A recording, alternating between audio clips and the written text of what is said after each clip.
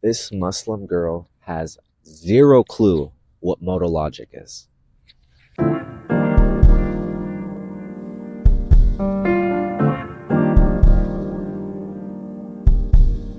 If you guys are enjoying the content, please subscribe.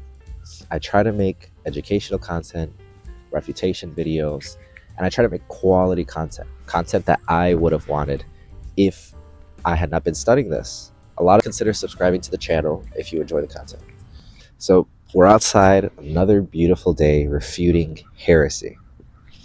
So I made a video where I try to explain very clearly why counterfactual dependency does not negate ontological priority. And a Muslim responded with their own video, one that I'm very familiar with, and one who's shown over and over again that she has absolutely no clue what she's talking about. So let's go through it. In her video, and I'll put it up on the screen so you guys can watch it, never made the claim that counterfactual dependency going one way is a negation of ontological priority. However, counterfactual dependency going two ways, i.e., if A counterfactually depends upon B and B counterfactually depends upon A, then there can necessarily not be ontological priority between these two subjects, because they both depend on each other for their existence, and this spans over all possible worlds. She says, if there's reciprocal counterfactual dependence, then God can't necessarily be composed. So this is what she's saying. Let's take what she's saying and put it into formal logic, because in her videos, she says she's talking about possible world semantics. In formal logic, you would put a negation for what she said, a box, it is not necessary, parentheses, God is composed. That's what she's saying. Now, the logical equivalence of that statement, right, the dual in this case of that statement would be that it is possible that God is not composed. Saying that it is possible that God is not composed does not rule out the possibility of God being composed. And this girl is such a genius that my friend actually commented in her comment section saying, you actually agreed with Johannes, right? And she responded, I'll put it up on the screen, saying, I know that I agreed with him. And then she says a bunch of other nonsense. Now, obviously she can't track much. So I think what she thought my friend was saying she agreed with me on is that one-way counterfactual dependency does not negate ontological priority.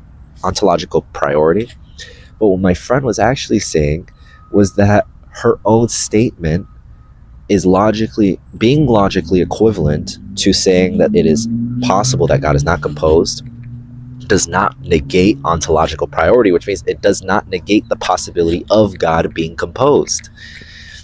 And so my friend's point was that she actually agreed with my entire point, because nothing about counterfactual dependency there rules out the possibility of God being composed, which is what she's saying. That's what her statement says. Saying it's not necessary that God is composed is logically equivalent to saying it is possible that God is not composed, which does not rule out the possibility of God being composed. This is like very, very basic modal logic. And I'm not saying basic in the sense that I expect you guys to be like studying modal logic. Obviously, the average person doesn't study that.